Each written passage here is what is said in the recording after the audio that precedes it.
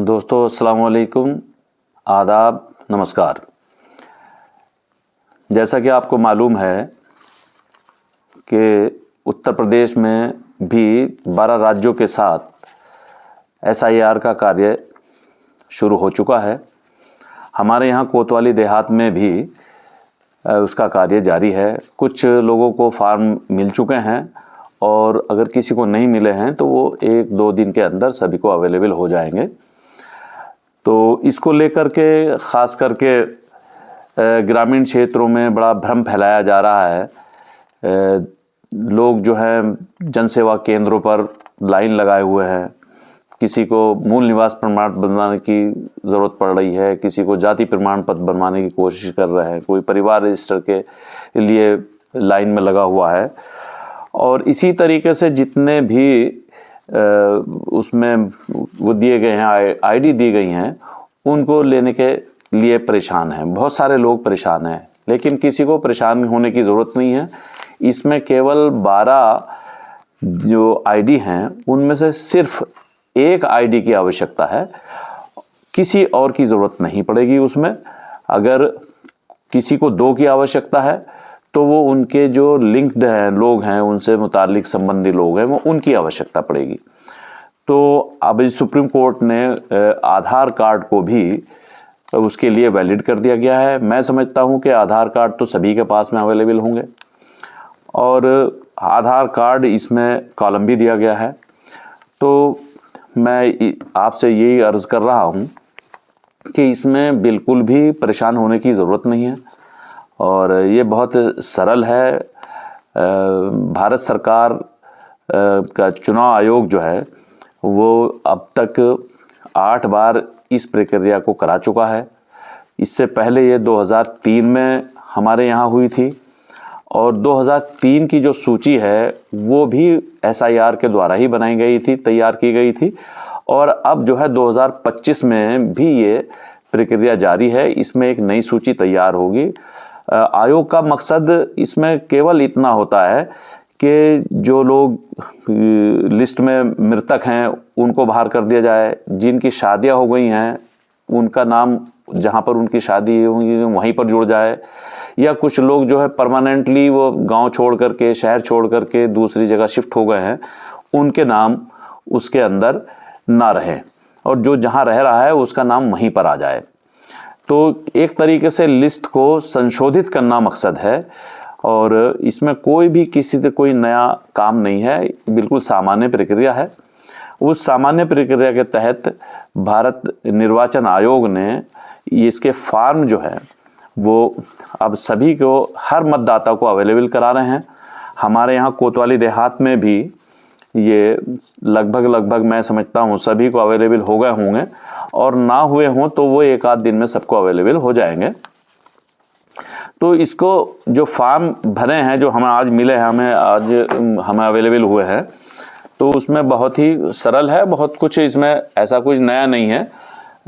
जिसमें निर्वाचन आयोग के इस फॉर्म में ये गणना पत्र है।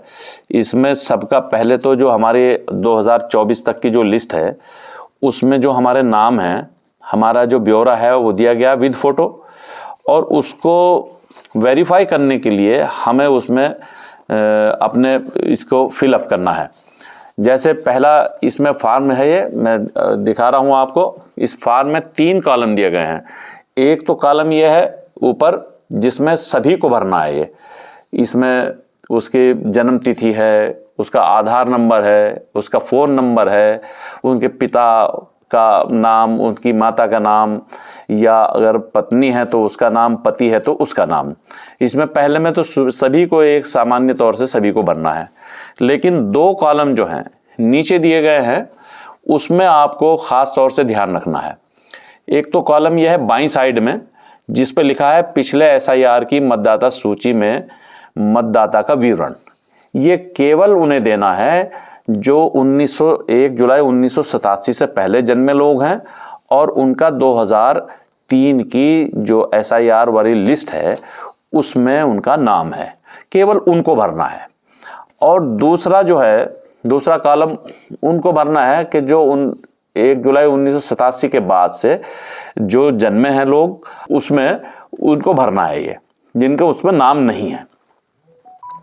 तो उसमें यहाँ इसमें दिया गया, पिछले कॉलम में दिए गए संबंधी का विवरण है पिछले SIR के अनुसार, कि अगर उनका नाम नहीं है 2003 के में, तो उनके संबंधी को उन्होंने माना है कि आप उससे लिंक करिए, आप बताइए कि आपका किस फैमिली से लिंक है, तो वो आपको देना होगा जिस तरीके से इस कॉलम में दिया गया है। तो ये यानी 2 तरह का फार्म हुआ। एक तो हुआ ये कि जो 1987 से पहले जन्मे लोग हैं, और एक जो 1987 के बाद के जन्मे लोग हैं, और उसी तरीके से दोनों को कॉलम में अलग अलग कर दिया गया है। यानी आपको जो इस वक्त में आपका ब्यौरा है दिया हुआ फोटो के साथ में, उसको आपको वेरीफाई करना है कि आप ही हैं और आपका संबंध किससे है। इनको संबंध बनाना मतलब जो है संबंधी का नाम उसमें और उसका ब्यौरा इसमें भर के देना है आपको। तो बहुत आसान है। उसमें जैसे यह बताएंगे हम, ये भरा, मैंने अपना नाम भरा है इश्तियाक मोहम्मद, और मैंने अपनी ईपिक नंबर का मतलब यह है कि जो हमारे वोटर ID का नंबर है, जो हमारे वोटर लिस्ट में भी मौजूद है और हमारे वोटर कार्ड पे भी मौजूद है। और उसमें पिता का नाम मैंने अपना भरा है खलील अहमद, और ये अपना ज़िला उत्तर प्रदेश, निर्वाचन क्षेत्र का नाम नगीना, और 2003 की सूची में चूंकि मेरा नाम है, 1987 से पहले मैं जन्मा हूँ, तो इसमें विधानसभा निर्वाचन क्षेत्र की संख्या उस वक्त में 4 थी, तो ये 4 लिखी गई है। और भाग संख्या यानी बूथ की संख्या उस वक्त में 86 थी, तो 86 लिखी गई है। और उस सूची में मेरा 645 क्रमांक था, तो ये लिखा गया है। तो इसी तरीके से एक तो ये हुआ 1987 से पहले जन्मे लोगों का, और दूसरा ये है मेरे बेटे का, फैज़ान अंसारी का।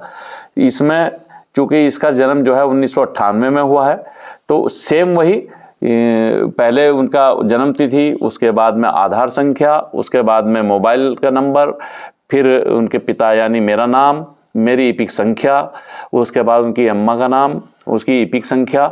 शादी चुके हुई नहीं तो कॉलम ब्लैंक छोड़ दिए गए हैं। और इसीलिए उन्होंने कहा उस संबंधी होगा, यानी आपका जो है उसमें अगर 2003 की सूची में नाम नहीं है तो आपका लिंक कहाँ से है 2003 की सूची से। तो उसमें अभिभावक हम हैं, उसके पिताजी हैं, तो मेरा नाम, मेरी ईपिक संख्या यानी मेरे वोटर कार्ड की संख्या, मेरा नाम, मैं क्या लगता हूं उनका पिता, बिजनौर उत्तर प्रदेश नगीना, 4 विधानसभा निर्वाचन क्षेत्र की संख्या, भाग संख्या 86 और 645 मेरा क्रमांक संख्या। इस तरीके से इसे भरना बहुत आसान है, कंफ्यूजन होने की ज़रूरत नहीं है। सिवाय आधार कार्ड और आपके वोटर कार्ड के अलावा आपको किसी भी ID की आपको आवश्यकता नहीं है। अगर आप उसके लिए गैर ज़रूरी तरीके से आप इधर उधर दौड़ रहे हैं, परेशान हो रहे हैं, तो परेशान होने की ज़रूरत नहीं है। इसके साथ साथ ही मैं आपसे ये अर्ज़ करना चाहूँगा कि ये मैंने भरा है और भरने का तरीका बताया है। उसके बावजूद भी अगर किसी को कोई परेशानी है, भरने में दिक्कत है, परेशानी है, कोई बात पूछनी है, समझनी है, तो मेरा नंबर है 94 12 82 44 86। आप उससे कांटेक्ट कर सकते हैं, या फिर फिज़िकली आकर के हमारे घर पर अपने फॉर्म को फिलअप करा सकते हैं। हमारे दोनों बेटे और मैं खुद जो है आपकी सहायता के लिए यहाँ पर मौजूद हैं। और जब तक भी ये कार्य चल रहा है आप हमारी सेवाएं ले सकते हैं। और किसी को भी 24 घंटे कोई भी किसी तरह की दिक्कत परेशानी है तो हम लोग मौजूद हैं। बहुत शुक्रिया आपका।